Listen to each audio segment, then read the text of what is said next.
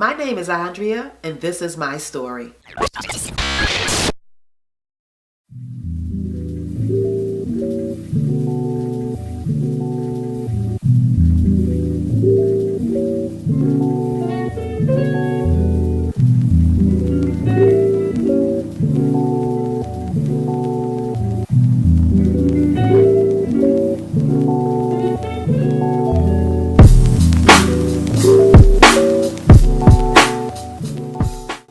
I was born and raised in Syracuse, New York, with my mom and dad.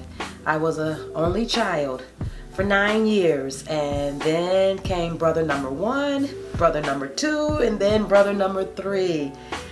We were raised in a very strict religious household. My mom and dad were very active in the church, and they kept myself and my brothers active in the church. My mom is more the strict parent. My dad was more the laid-back parent, but I love both of my parents. I am currently a single mom. I gave birth to 5 boys. I have no daughters, I have all boys. I was raised with boys, my 3 brothers, and now as an adult, I'm raising all sons.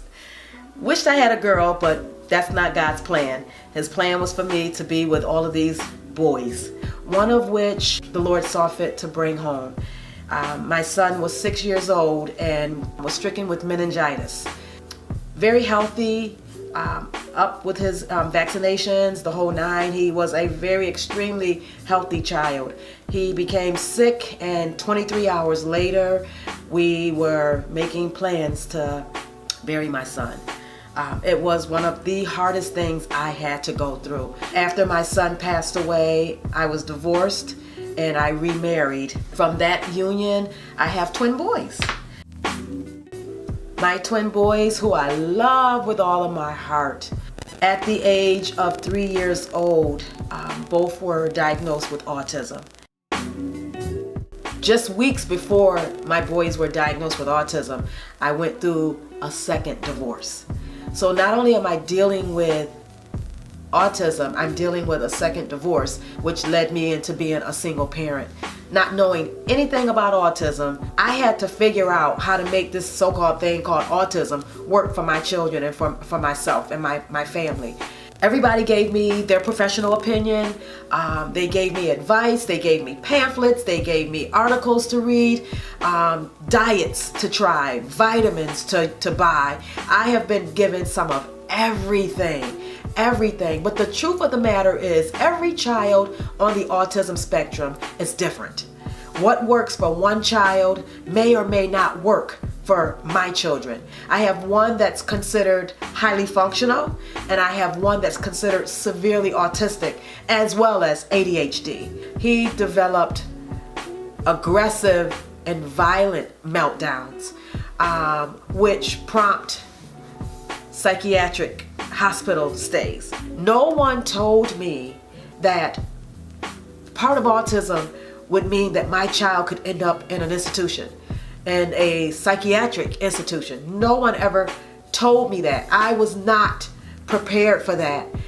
My son had a really aggressive, violent meltdown at school, which resulted in a lot of the staff members being injured and needing medical assistance. The school could not regain control of my son, and they ended up having to call 911. They did call me to inform me that there was a need to call 911. When the police got to the school, they proceeded to put my son in shackles, 4-point restraints. The aggression and the violence that was dwelling within my son became even more intense. People were being hurt as they were trying to gain control of my son. There was 8 security guards, and the tears just rolled down my face as I'm like, this is not my child. This is not autism. Nobody told me that I would have to stand and watch 8 security guards put my son in shackles, 4-point restraints, and inject highly psychiatric drugs into his system to try to get him to calm down. I am huge on spreading autism awareness and autism acceptance. It is real. It is a real disability, and it is a disability that has the potential to turn your world upside down. It is a disability that it's not visible on the outside. You can't walk up to my children and say, "Oh, they have a disability." My children look just like any other average child their age. It's not until my son starts developing these aggressive and violent rages when you can tell something's wrong with him. I can't even hug my son because it triggers him. This is like one of the hardest things a parent, a mom, has to deal with. I am one that will tell my story till the day I take my last breath, because I want to help other families not have to experience the unknown like I did.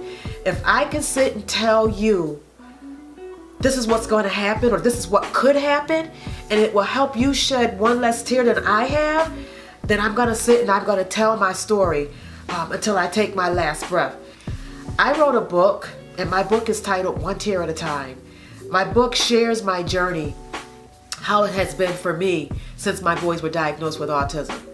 It has not been an easy journey, and I'm being told that my journey is not over yet. It's far from being over.